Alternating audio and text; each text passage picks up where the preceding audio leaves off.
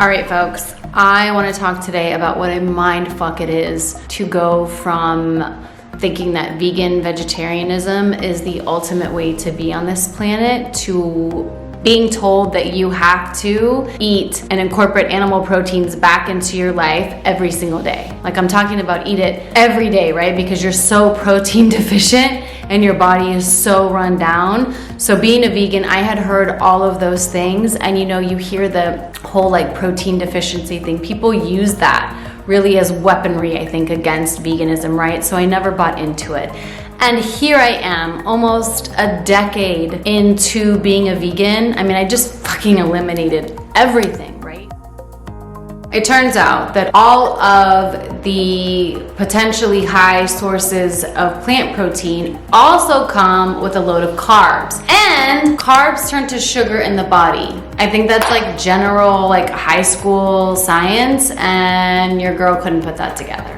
Beans, lentils, peas, all of those are very starchy, and although they do come with a nice heavy set of protein, they also come with a side of high carbs with very little carbohydrate, which is what turns to sugar. I need to reduce carbohydrates, and there really isn't anything that is equivalent that I am aware of that has the same structure that maybe like a lean chicken breast or a slice of salmon would have, as far as the components of protein to fat to carbs that exist in the plant kingdom. So it just makes sense why everything where I'm at.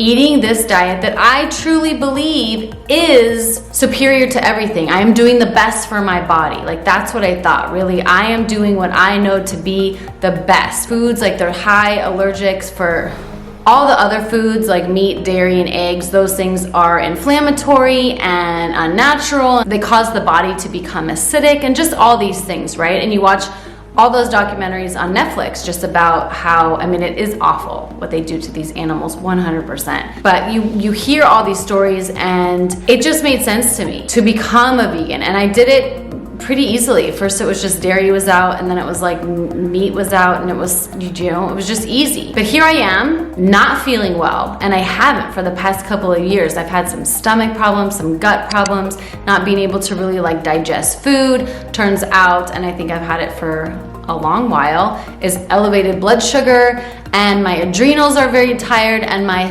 thyroid is overworked because the adrenals are so tired, and I'm very, very deficient. Vitamin D deficient, I am vitamin B deficient, I am protein deficient. I know that it's not just my diet, it is from many, many years of stress, which every modern woman can probably relate, but I also am a type A personality, so always on the go, always wanting to do things perfect, and that will just stress you out just by being. Like, my whole existence is stressful. Basically, I malnourished myself. For a lot of the times, I didn't eat enough. Like, I didn't eat enough calories, and I didn't eat enough food, let alone the macronutrients that I needed. So the healthy fats, I probably meant the carbs, but for sure not the protein. So we fast forward 8-10 years, here we are. And I mean, luckily my health state is not super bad. It's nothing that can't be reversed. And it's just, I wanted to talk about the total mind fuck it is to believe in something, to think that, like, in theory, eating plants, eating whole foods from the earth, and not eating meat and dairy and eggs and other things, in theory, sounds amazing. It sounds like the way we should be eating, right? We're in harmony with Mother Earth, right? We're not killing and we're not harming any animals. And theory is wonderful. And that's what I tried to implement. I tried to take this theory of veganism and apply it to myself. But the difference between theory and reality is a big one, because that theory was not working on me in reality. I've had problems for a while, and things start happening, and I probably just didn't notice, or I blew them off as stress or being tired or what have you, until shit really like wakes you up. Hey, so I had a panic attack, I had different things that were like a huge wake-up call, like something here is out of balance. You're out of whack. So I started getting labs. I started reading some books, and I started probably a few months ago getting open to the idea of like, I might need to bring animal protein back into my life. It's wild. If you have this theory and you think like, no, this is the way to live, this is the theory, but what's happening in reality is my body is breaking down because I am not giving it the nutrients that it needs. So this idea comes in like, hey, your perfect theory over here, not working. And I almost demonized meat. I almost thought of it in this way like, no, you can't eat animals.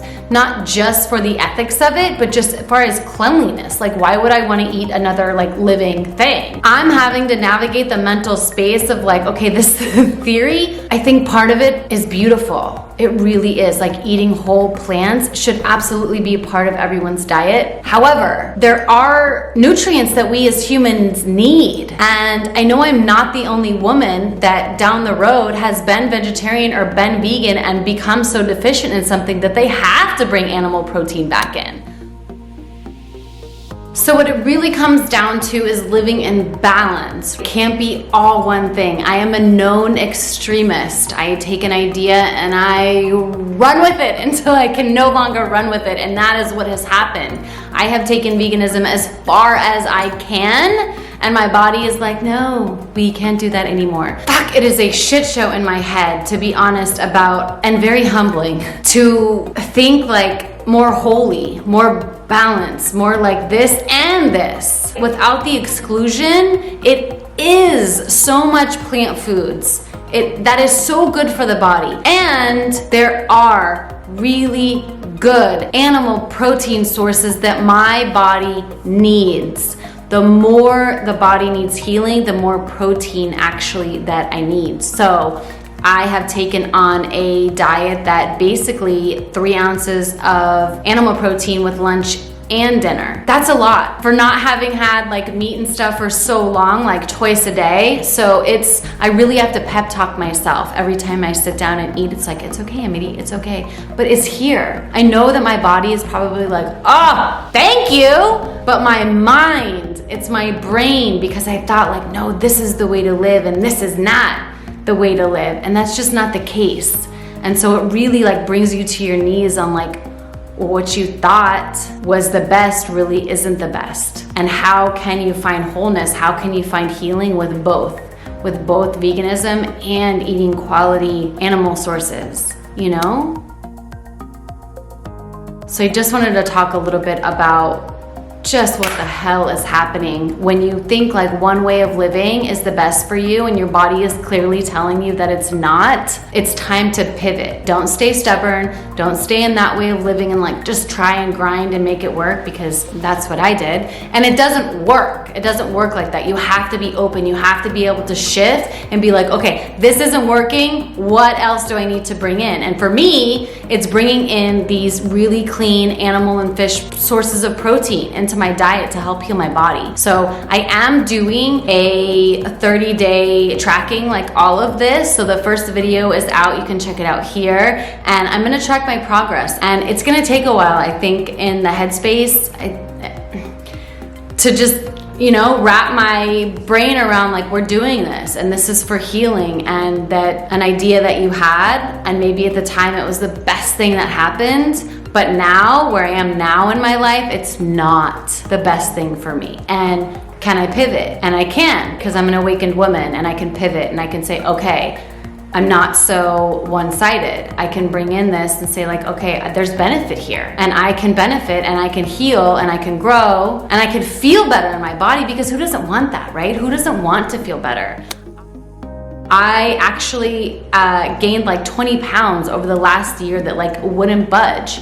And now looking at the labs and stuff, it totally makes sense what's happening. Like when you don't know what's happening or why it's happening, it's frustrating, right? You don't have any answers. But if you keep going, if you keep looking, stuff starts to come into your experience where you can put the pieces together like, oh shit, that is why that's been happening. And you might even notice that some of those things have been happening like for for a while. But it isn't until it gets like so bad that we seek help or we seek answers. But this stuff has like been slowly breaking down. And I'm sure that's the case for most people. We get these like small signals and we either ignore them or we don't know what they mean, right? They happen and we just like, oh, okay, I have a headache, or this is happening, or my eyes feel funny, but it's not in us for us to like go looking or even know where to start. Like if you Google something, if you Google one of the symptoms that you have, a shit ton of information comes up, and all of it could not be irrelevant to you. So it's hard, man. It is hard, this health journey. But I do hope that by sharing this information with you guys, it can somehow be a resource and an inspiration along your way. Like keep going, keep finding answers. You will find the answers and dots will start to connect, and then you'll also find what can get you on the healing path, like what you really need to do. And what I found to be super, super true, it's not just one thing. This whole meat thing is not like the holy grail. We're like, oh, my health is just gonna be amazing, right? It's part of a whole thing. Really, it's about reducing stress, it's about grounding, it's about sunlight, it's about meditation, it's about breathing, it's about slowing down, it's about money management. I mean, my whole healing protocol, it's big, it's long, it's a lot. But it took my whole life to get here, right? So you guys cannot think that there's just like one answer for you. It's not gonna be. There's nothing in a pill, there's nothing in one meditation, there's nothing in one anything. It is a whole scope, a whole ton of stuff got you to where you are, and a whole ton of stuff is gonna get you out of it. Like that's the way you have to look at your healing and your health journey. It is a multitude of practices and things that need to change. And I have a whole healthcare team. I have a colon hydrotherapist. I have an acupuncturist. I have a naturopath chiropractor. I now have a functional nutritionist. I have a Western medical doctor, which I wanted to make a side note. I went to the Western medical doctor to get my labs done. So everything comes back. I get a note in the mail, reduce your carbs. Overall, looks good. Come back in 6 months. That's it. And if you take those same lab results and you bump them up against what my functional nutritionist uses, so those lab ranges are very, very different because they're actually looking at like where you should be, and my shit's all out of whack. So my Western medical doctor is just one part of my resource team. So the same way that it's not gonna be like one size or one answer to your whole kind of health journey, it's not one person either. Do not be going to one person, no matter what profession they're in, for all of your answers. Talk to as many people as you can that you trust. And if they give you information that sounds like bullshit or doesn't connect with you, throw it away. And if they sound like something that makes sense or that you're interested in, keep that. The thing is, they can only give you what they have from their experience, from their training. That's all they can give you. It's just so wild in the brain to just digest the idea of letting that go and finding a new picture of what my, dietary life looks like. So I wanted to share that with you guys. Thank you immensely. I shall see you next week.